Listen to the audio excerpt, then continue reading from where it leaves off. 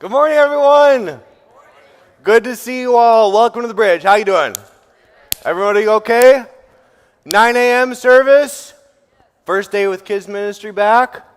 Good to be together. Give yourselves a round of applause for being here today. Proud of you for coming to church, but also if you're still watching online, proud of you for watching online. Glad you're here. Even if you're watching this later in the week, we're glad that you are a part of the service one way or another. My name is Vince. I'm on staff at the Bridge, and we are in part 3 of a 4-part series called... You guys are so good. I love when you just go along with it, especially the 9 a.m. I know you got to dig deep, to get it out. So thanks for digging deep and playing along with me. This is a series about how to deal with change. Anybody had any changes happen in their lives this year? Anybody go through some tough stuff? We have been talking about how we coined a new word in this series for how crazy this year has been for so many of us. Anybody remember what that word is? Change-tastrophe. That's exactly right. But the hope of this series is that we would learn to be the kind of people that in the middle of uncertainty and instability and change, even very difficult change, we would say, someday this is going to be a story that I can tell that will bring God glory. There's nothing that I hope for more than the way you live your life today in the change that you're going through sets you up for 10 years from now. You will meet some other person going through a similar kind of change, and you can say, let me tell you a story. Let me tell you a story about how I went through something very similar, really tough. Let me share with you how I took those next right steps and how God showed up, and that you could bring hope to someone else because of the way you walk through the change-tastrophe you're going through today. Make sense? That's what I want for you, to live life in a way that says, someday, this is just going to be a story I tell, and I want to tell a good one. We've been going through the book of Ruth as we've gone through this series, and we're talking about one big mindset from the book of Ruth that we're hitting every single week. I'm going to put it up on the screen, and then I want you to play along again and read it out loud with me. On the count of 3, 1, 2, 3. When I do the next right thing, God does the next God thing. One more time for the sake of kids ministry going on over there. Let's do a little kids ministry in here and read it together. 1, 2, 3. When I do the next right thing, God does the next God thing. We are not responsible to control the future. We're not responsible to control our spouse. We're not responsible to control our kids, our finances, our jobs. All that we are responsible to do in the midst of uncertainty is to take the next right step, to do the next right thing, and to trust that God will do the things that only God can do when we are faithful to do the things that we can do. That doesn't mean if we ever mess up that God's going to abandon you. It doesn't mean that if you do the next right step that everything's going to end up perfectly. It's going to be a nice little ribbon tied on the whole thing. All that means is all we are responsible to do is the next right thing. That's what the people in the book of Ruth do so often in every scene, and we see God doing the God things, opening the doors, doing the things that only God can do when the people in the story are faithful to do the next right thing. This is not easy. It requires the strength of character to make tough choices. So each week we're talking about one tough choice. Week 1 we talked about the tough choice of choosing over. Yes, good job. I know you don't remember it because it was on the screen, but it still feels good to hear you say it. To choose sacrifice over stability, to choose working for the good of someone else, even while our own life is unstable. And then last week, does anyone remember it? Yes, choose something over nothing. We had a bunch of doors on stage. We said, while you're waiting for God to open a door, choose to do something over nothing in the meantime. And this week, we're going to talk about tough choice. Number 3, the tough choice you have to be able to make if you want to do the next right thing.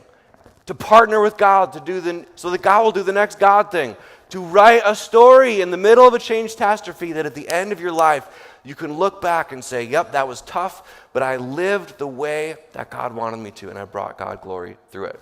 The tough choice that we're going to talk through today is the tough choice that you need to make on the journey that we all are on, overcoming the squeeze. The squeeze. We are going to introduce another term. I'm going to get this chair out because I want to have a little heart-to-heart with you right now. I've been real fired up the last couple weeks. I was real fired up last week, and we're going to get fired up again today. But I want to start out by just sharing this a little bit more from my heart, because this is going to be hard to hear maybe for some of you. I've been working on this for the last few days. And I'm like, man, I hope this connects because this has been so helpful for me and I think helpful for other people, and I think this will be helpful for you as well. The squeeze is something that we all do, especially in the midst of change and uncertainty. The squeeze is when we squeeze life in a desire to control it.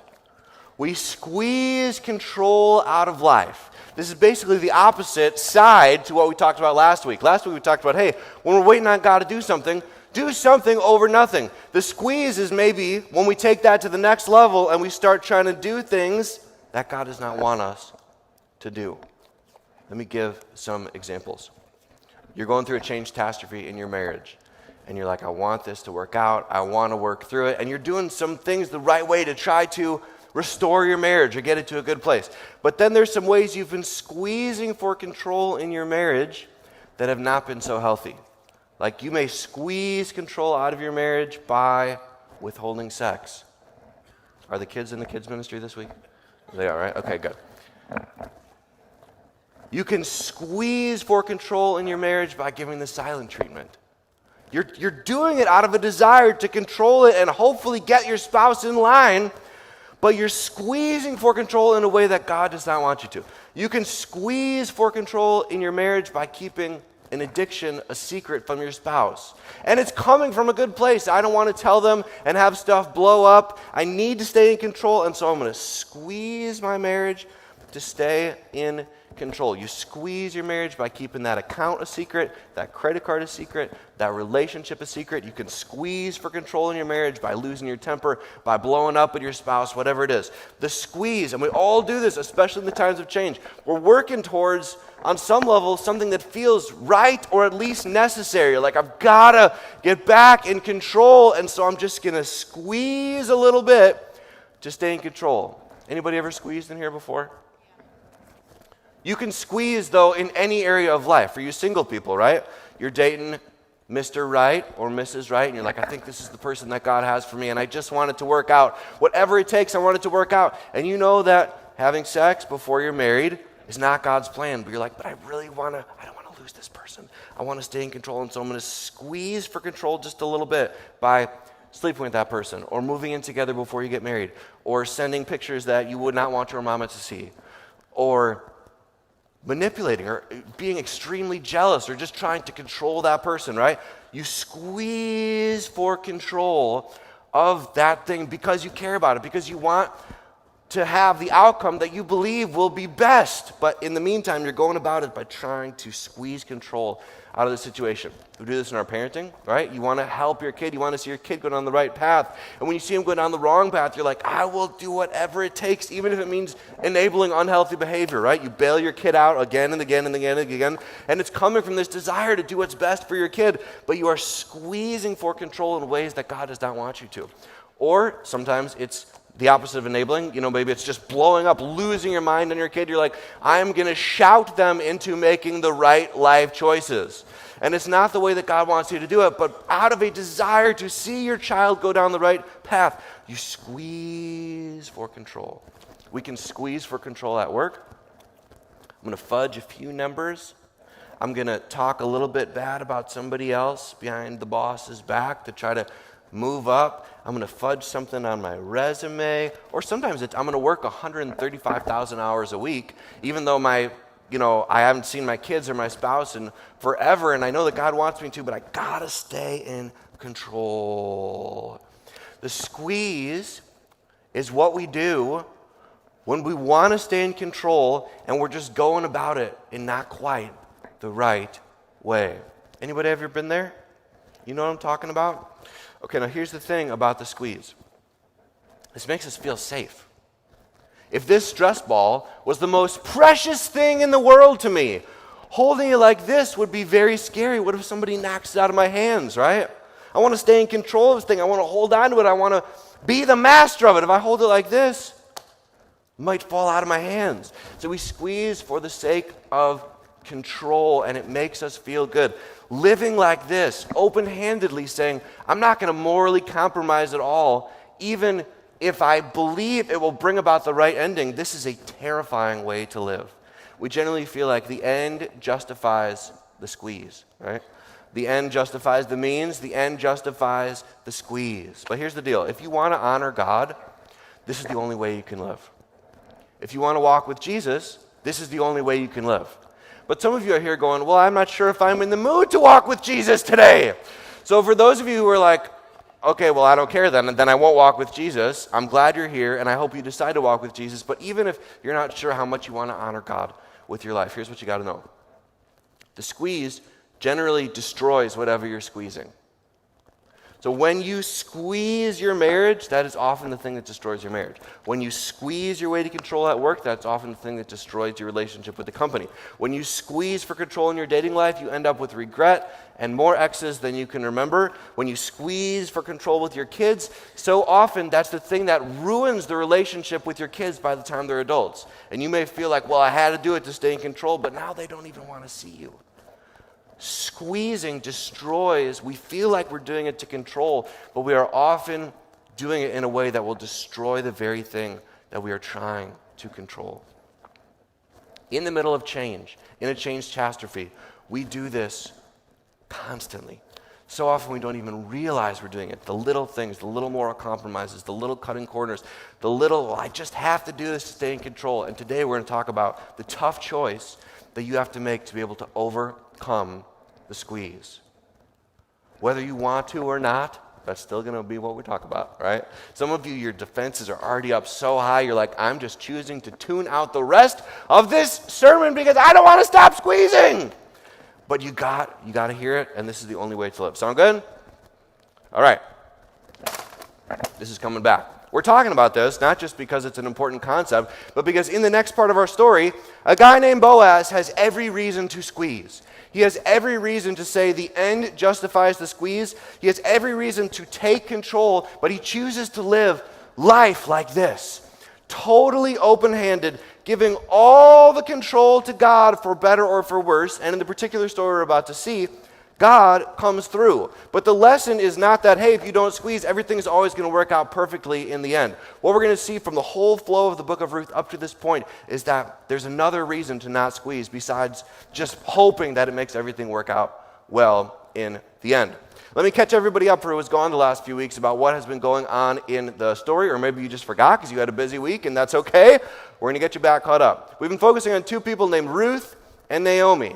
These two are a mother-in-law, that's Naomi, and her daughter-in-law, Ruth. Before what we saw last week, basically their story starts out with them living in Ruth's homeland, a place called Moab. Naomi is from the Promised Land. She's part of the people of God, but she moves to Moab, Ruth's hometown, to find food. Her son marries Ruth, and then over time, the son dies, and these two end up going back to Naomi's homeland, which is not Ruth's homeland. So Ruth leaves her homeland sacrificially to go care for her aging elderly mother-in-law back in her mother-in-law Naomi's homeland. That's going to come back a little bit later, so hang on to that point. Ruth sacrificed for the good of her mother-in-law. They go back to Naomi's homeland in the Promised Land, and they have no food, no way to survive. This is at a time when women were not really able to provide for themselves. They had to rely on a husband or a man, something like that. And so what they're doing is they're hoping that God will provide a male protector over both of them. There was a social system set up at the time that would take care of situations like this, and basically this was how it worked. It was called a guardian redeemer. The guardian redeemer was the closest living relative of the deceased husband. He had the opportunity to step up and care for the widow and any family members that were left alive. Now again, this is going to come back a little bit later, but the way the guardian redeemer system was supposed to work was that the closest living relative got the first option. So if Naomi's deceased husband had a brother, he would have the first option to step up and care for Ruth and Naomi. If he refused, there was some shaming that might happen, but then the option would just go to the next closest relative, let's say the cousin.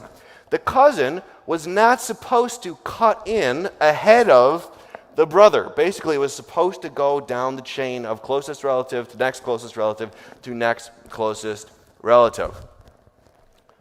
That's going to come back in our story as well again, so hang on to that data point as well. Ruth, while they're waiting for God to provide a guardian redeemer to step up and take legal ownership of the family, last week we saw her say, well, in the meantime, I'm just going to do something over nothing, and I'm going to go out and beg in fields for food to keep us alive. So she goes out in the field, she starts gathering grain, begging for grain in this field, and she ends up in the field of a guy named Boaz. And I said last week that maybe someday I'll name my son Boaz, because Boaz is a powerful, amazing guy, and he is actually in that line of relatives who have the option to step up and become the guardian redeemer. Now, what we're about to see is that Boaz is actually not the closest living relative. He is second in line. There is actually somebody first in line who we haven't seen yet in the story, but we're about to see. So Ruth and Boaz meet in this field while she's begging.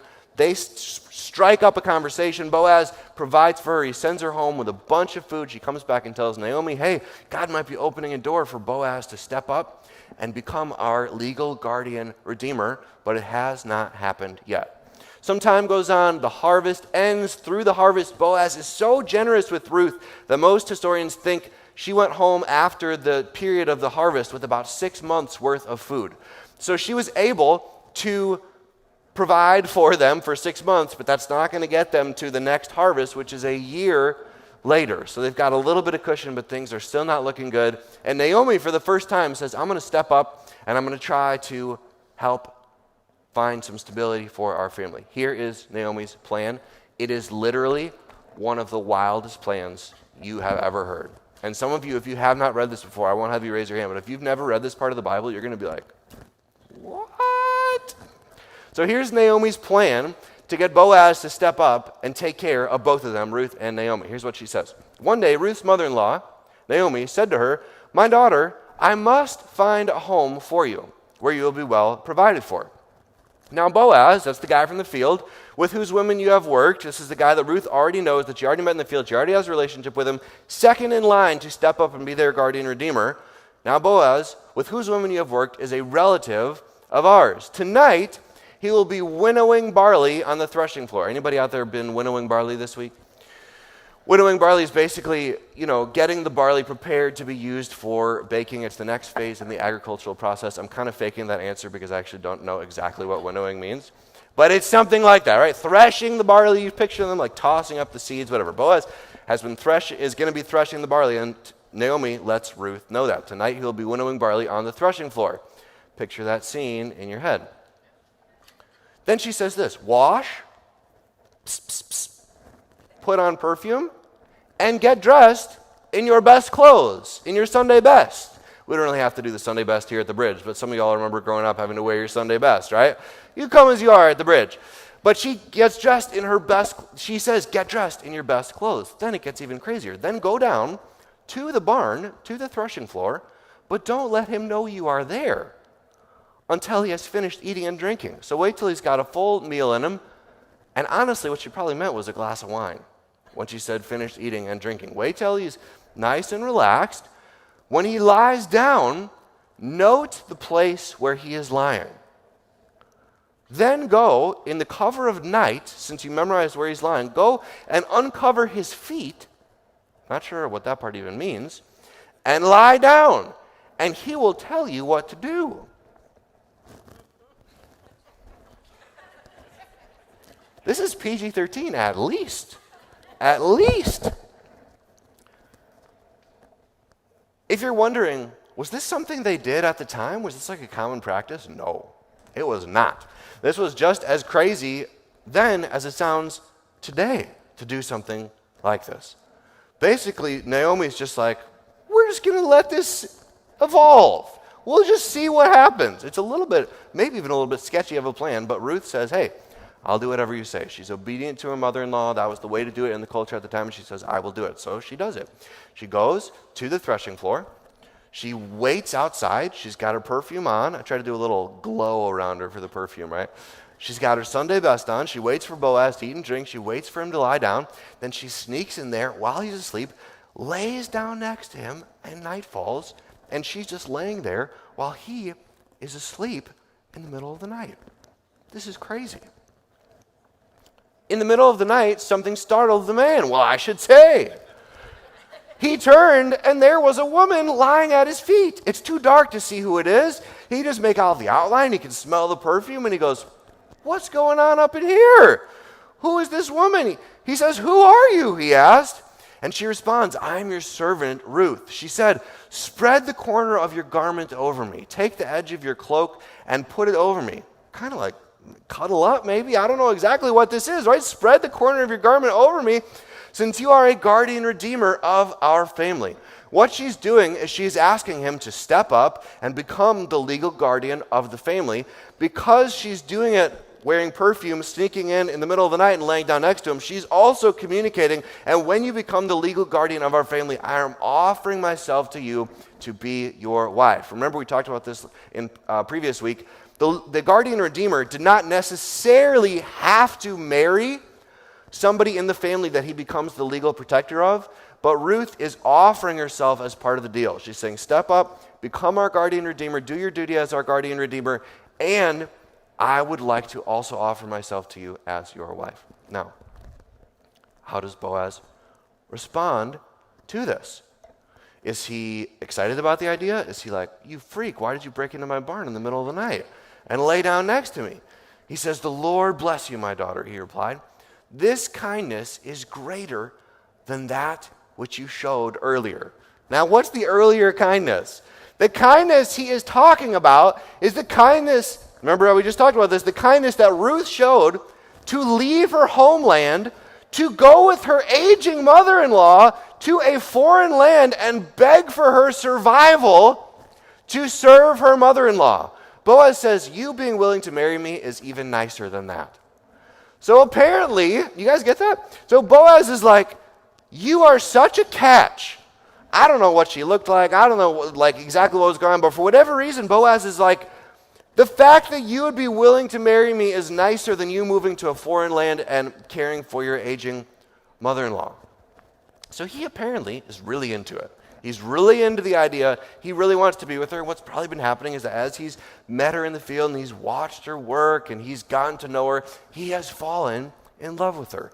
As much as we can tell, that's probably what's happened. There's a verse that we actually cut out where he says, you haven't gone after the younger men, whether rich or poor. And he basically says, from his perspective, she could get somebody younger and richer than him.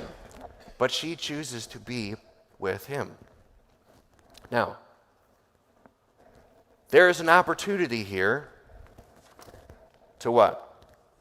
To squeeze. What's one way that he could squeeze? If he says, I want to control this situation, I don't want to miss this opportunity, I want to be with Ruth, God's behind this, and I'm going through some crazy stuff, and she's going through some crazy stuff, and she needs a protector, what could he do? Well, he could just sleep with her right then, right? I'm just going to take control. We're going to say, hey, God, by the way, we're married starting right now. And then sleep with her and take control of the situation. But he doesn't do that. He doesn't do that. But not only that, what's the other barrier between them getting married? The other guy. Now, this is a much smaller squeeze. Following that order of who gets first dibs was not like a big prominent law that would have been a big deal in the eyes of the culture if he broke. Like if he said, hey buddy, by the way, I know you were next in line, but this woman's been here for weeks, you haven't stepped up, you haven't taken care of them, you haven't done a thing, I built a relationship and I'm going to become the guardian redeemer of the family.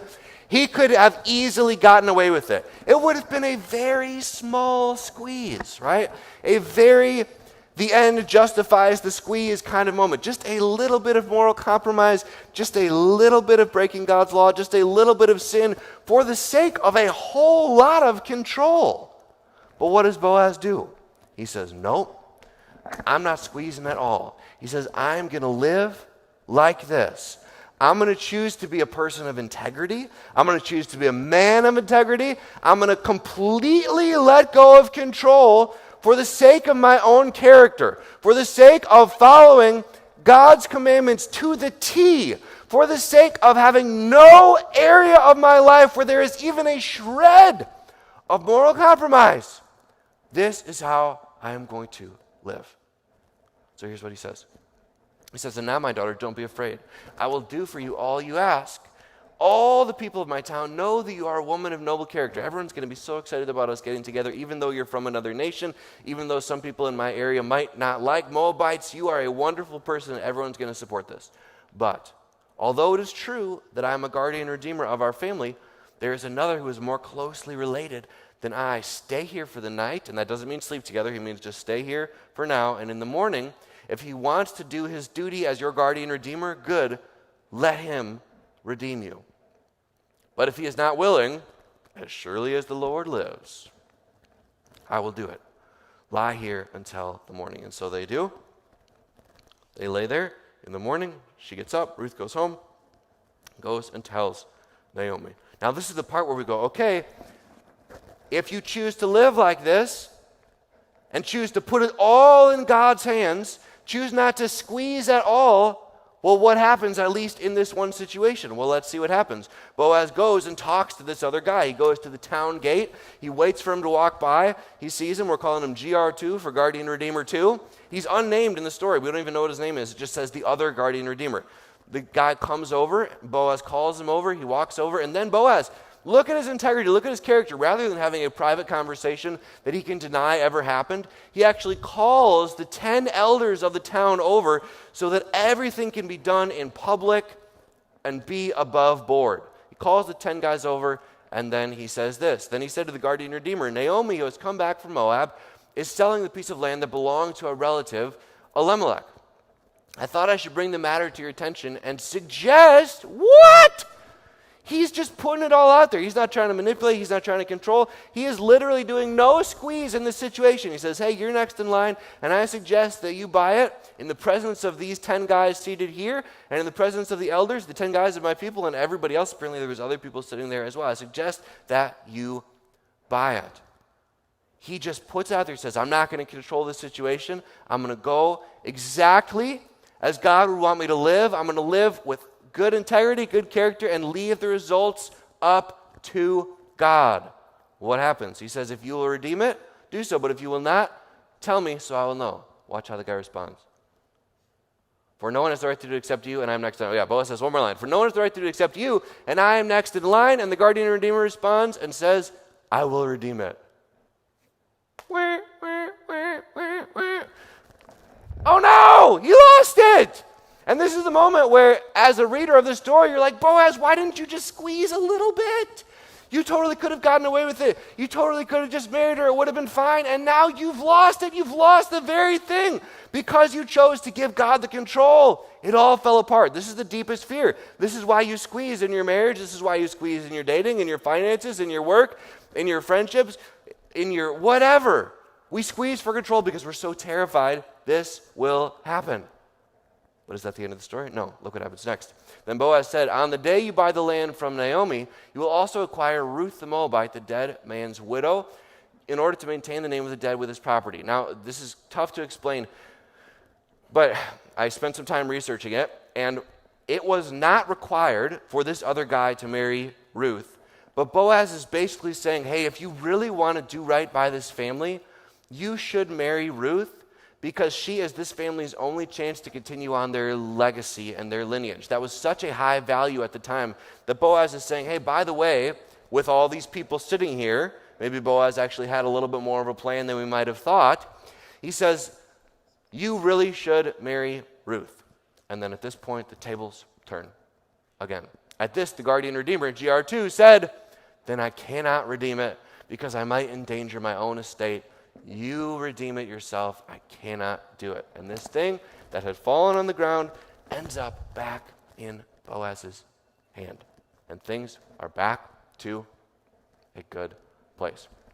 Why he was unwilling to marry Ruth, this other guy, we're not exactly sure. It might have been that he just didn't want to marry a Moabite. It might have been that he was already married and he didn't want a second wife, although that kind of thing did happen at the time. It might have been that he didn't want the reputation of having married a Moabite, but for whatever reason, Boaz says,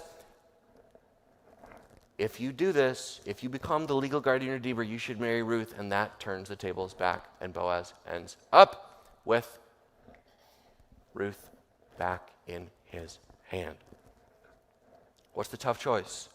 that Boaz made, to choose character over control. In the moment of having to choose not to squeeze, you will not feel like you are facing a choice between doing the right thing or doing the wrong thing. You will feel like, and you do feel like, and I feel like, we feel like we're choosing between doing the right thing and losing all control of the situation. Completely letting go of control. But Boaz, if he is our example, he says, this is the only way to live. Now, like I said,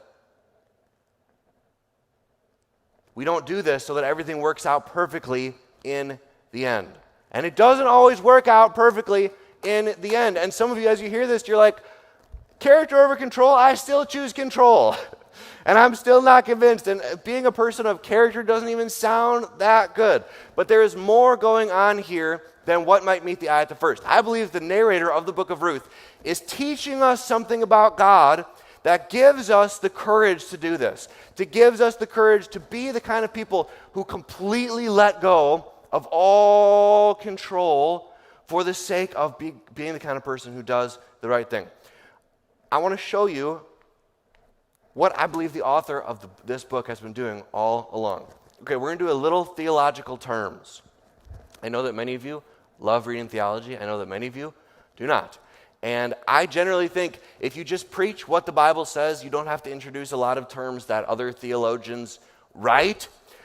But this has been so helpful to me. I think this can be helpful to you. And this is potentially going to be the thing that gives you the courage to choose character over control in whatever you are going through today. God's will, there are two He calls us to live.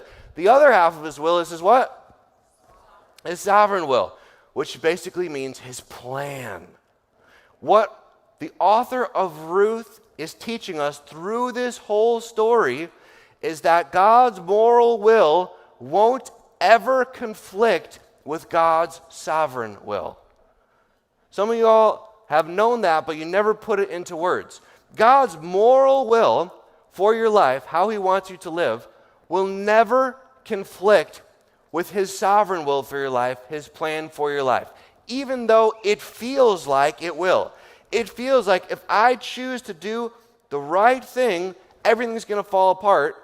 And maybe in some ways it will from what you planned, but whatever God has planned for your life, for your marriage, for your finances, for your kids, for your job, for your singleness, whatever God has planned for you, you will never have to compromise or violate His moral will in order to receive the full blessing, the full goodness of whatever His sovereign will is for your life. We've been seeing all through this book that when people choose to follow God's moral will, it plays right into the hand of His sovereign will. We saw it at the beginning, right? Ruth chose to do the right thing, to follow God's moral will by caring for Naomi. She chooses to do the right thing by going and begging for food in that situation. That was the right thing for her to do. She follows God's moral will, and it plays right into the hand of God's sovereign will. God's sovereign will. She ends up in the field of this guy Boaz, who is shaping up to be their guardian redeemer. Do you see?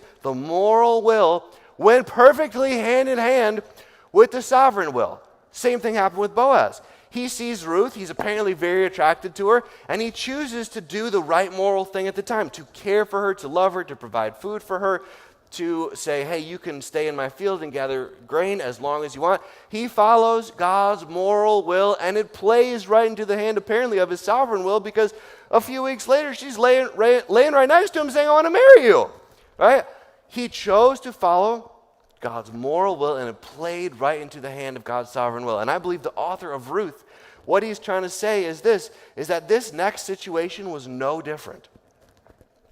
God's moral will was for Boaz to give the first option to this closer living relative, to guardian redeemer too, and it played right into the hand of God's sovereign will. Even though it looked different on the surface, even though it looked like it was setting him up for failure, why would it be any different. Okay, you got to remember, this story is in the Bible, right?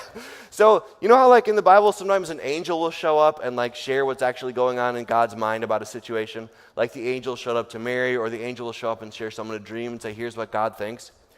Can you imagine if like this all happens, right? Boaz makes the right moral decision to not sleep with Ruth, to give this other guy the option, and then it all works out in the end and they get married. Do you think an angel is going to show up and say, man, that was a close one? Right? Boaz, man, that was close. You chose not to seize control and you almost missed it. No, because God has been the author behind this story the whole time. And though it felt scary for Boaz to let go of all control in that moment, of course that's going to play right into the hand of whatever God is doing. Even if it hadn't worked out. Do you think an angel can you picture a world, can you picture a story in the Bible where let's say he loses Ruth and an angel shows up and says, Boaz, you blew it. You should have just squeezed a little bit. You should have just broken God's law a little bit because God's plan was for you guys to end up together. No. God's moral will won't ever conflict with God's sovereign will. You can put it this way. God's plan never requires the squeeze. Whatever God wants to do in your life, in your marriage, with your parenting, with your kids, with your singleness, whatever it is, his plan for that thing, you will never have to squeeze your way there. The same thing that was true for them is true for the story of your life. Do you think God loves Ruth and Boaz? Do you think he loved them more than he loves you? He loves you completely, fully. He had a sovereign plan for Ruth and Boaz, and he has a sovereign plan for your kids. He has a sovereign plan for your job. He has a sovereign plan for your finances. He has a sovereign will for every single area of your life, and you do not have to squeeze to get there.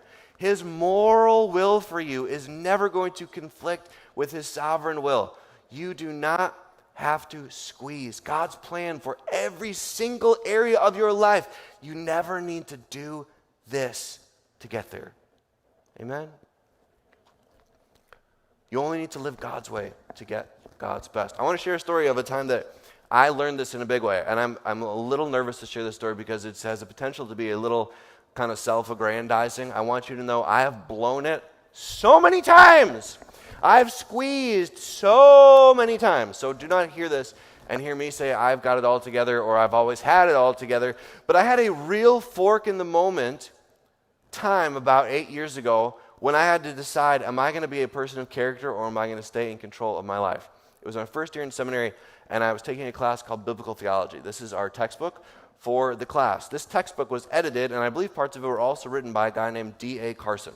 That's D.A. Carson in the middle of that table. On the left side of the screen is a guy named Tim Keller, and on the right side of the screen is a guy named John Piper. If you're not deep in the church world, you've never heard of any of these people, but if you've been around church for a while, these are very influential, prominent people in Christianity, really worldwide. Tim Keller pastors a very large church in New York. He's written tons of books. They started an organization called the Gospel Coalition, if you've heard of that, very influential Christian organization. That guy in the middle, D.A. Carson, wrote or edited and wrote part of this book, the New Dictionary of Biblical Theology. Do you want to know who was teaching my class? D.A. Carson, the guy who edited the book. So very difficult class, very intimidating class, and I'm first year in seminary going, oh my gosh, this is very overwhelming. So we're coming up towards the final, and I'm feeling very stressed about it. I'm like, I don't know if I'm going to pass this thing. So I go to a friend who took the class years before, and I said, hey, how hard did D.A. Carson, of all people, grade the final? It was like an essay final where you had to write an essay or several essays in class. And he said, I've still got my old test. Do you want to see it?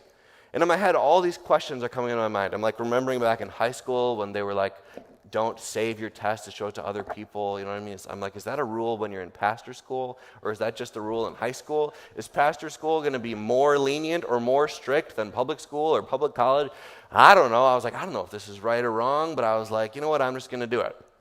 So I say, yeah, let me see the test. So I look at the test, and I look at how it's graded, and then a few months go by. I take the final. I can't even remember if it was the same test as the one I saw because it had been from a few years before, but I do fine on the final. I call it a day, and I go on my merry way with my life. Until a few months go by, and I'm sitting there with the Lord doing my devotion, and I feel like I hear God say, hey, what about that test? And I'm 25, and I'm going, what test? Which one? He goes, the one that you might have stepped outside of the way you're supposed to live a little bit. And I'm like, come on, God. That's no big deal. If that was a squeeze, that was the smallest squeeze. I wasn't even sure if it was cheating or not. It was just a tiny squeeze. It's no big deal. And God said, are you going to choose character or are you going to choose control? So I said, well, when you put it that way, so I go and I look in the handbook, right? The student handbook that has the rules, and I find a line that is specifically says you cannot look at old tests. Oh no. Okay, so remember, I'm going to school to be a pastor. I'm going to school to help people. I'm going to school to do something good. And every part of me wants to say, oh, I can just squeeze a little bit. I don't want to lose control of the situation. No one will ever know I did this. No one will ever hear about it. I'm out of the class. I'm not going to get in trouble. And to not, what am I supposed to rat myself out? Am I supposed to go confess this thing? I don't want to do that. That might sound like the right thing to do. That might sound like the highest integrity, highest character thing to do, but I don't want to do that. I want to stay in control. I don't want to get kicked out of seminary. I'm literally playing these scenarios in my head of going to all my friends who are in seminary and saying, hey guys, I got kicked out because I cheated. Have fun being pastors or whatever you're going to do. My whole life is falling apart. What am I going to do with my life? And all these kinds of things, right? Every part of me was like, I do not need to. I can just squeeze. It's just a little squeeze. It's just a little bit. It's no big deal. God will forgive me. But I still felt like this was the choice. I was choosing to control my life, to control my circumstances, and sacrificing my integrity even just a little bit in the meantime. And I don't know if this exact phrase popped in my head, but I came to realize, okay, God's plan is not going to require me to break this rule or not confess, right? Whatever God's plan is for my life is not going to require me to morally compromise to get there. God doesn't need me to ruin even a little bit of my integrity for the sake of some future ministry. God can get me wherever he wants to get me. However he wants to get me there, he doesn't need me to sin my way there, right? Whatever God's best is for my life, for my ministry, for my calling, I don't need to break any of his commandments to get there. Surely God can make a way that will overcome me doing now the right thing. I said, I only need to live God's way to get God's best. And if that means getting kicked out of seminary, I'm like, I don't know how strict they are here. I don't know what this place is like. I was not as churched as you might think when I started seminary. I'm like, whatever the consequences, I only need to live God's way to get God's best. So I go online and I set up my appointment. The next available opening, 3 weeks later. So I have 3 weeks of waiting in suspense. And I go there and I sit down with D.A. Carson and I say, D.A., I blew it. And he says, that's no big deal. You're totally fine. Don't even worry about it. And I go, what? I just waited this whole time in suspense. But let me tell you this. If I had gotten kicked out, if that was the end of my journey to ministry, I would have zero regrets. Zero regrets, because choosing character over control in that moment helped me become more of the kind of person that could do that in future situations. And I'm telling you, I've had multiple character versus control decisions since then where the stakes were super high and there was a lot to lose in not squeezing, and it has been so much easier to not squeeze because I made that decision in that moment. How you live compounds on itself. When you choose to live with good character, not controlling, living your life this way, saying, I'm going to do everything I can that God allows and I'm going to do nothing more. This sets yourself up to experience the best of God's plan, overcoming the squeeze. If you want to stop doing this, you have to choose character over control. You have to understand that God's plan never requires the squeeze. I want to leave you with one more image that may be the final nail, the final thing that convinces you. We squeeze because we think we are getting more control out of the situation when we squeeze. What is this? God's plan is like Jell-O.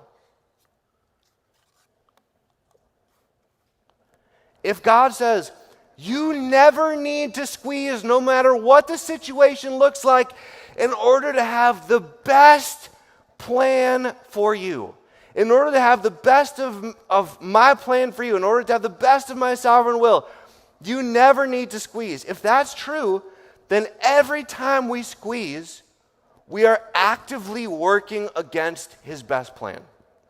No matter what the situation is, no matter how much we think a little bit of squeeze would help us out or bring us to where we need to be. Anytime you squeeze, you may be getting more of something that you want, but you will never be getting more of God's plan for your life when you choose to squeeze. What's going to happen if I squeeze this? This is God's plan and you squeeze. This is how I try to live my life. I assume that if this is God's plan and I squeeze,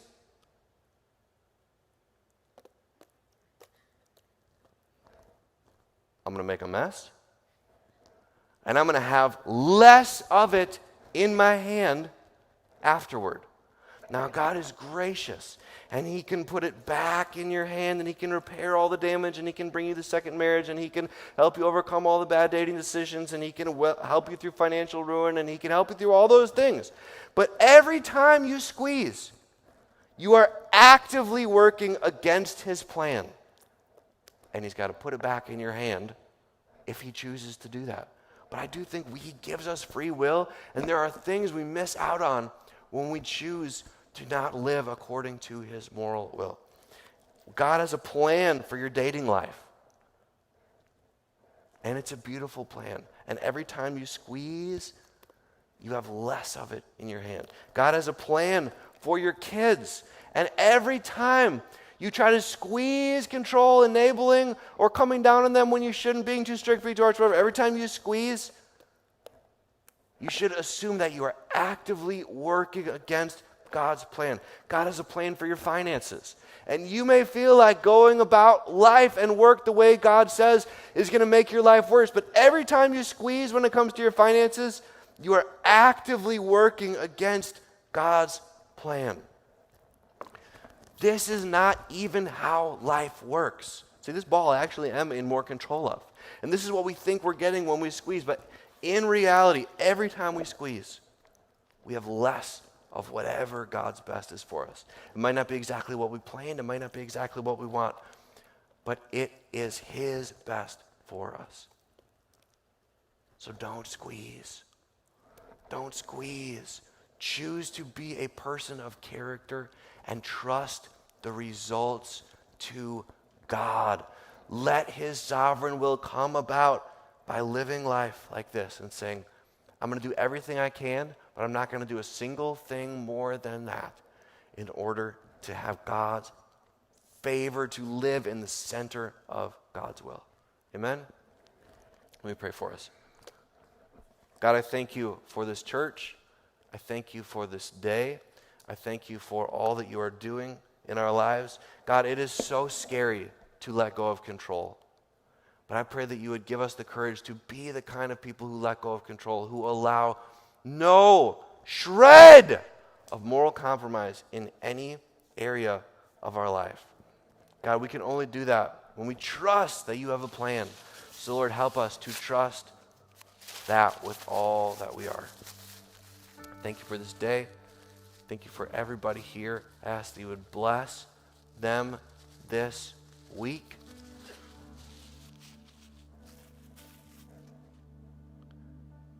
God, we love you with all that we are.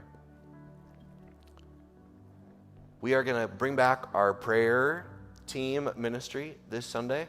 We would encourage you to social distance as much as you feel you need to. The prayer team is going to be on either side of the sanctuary. So prayer team, you can head over there now.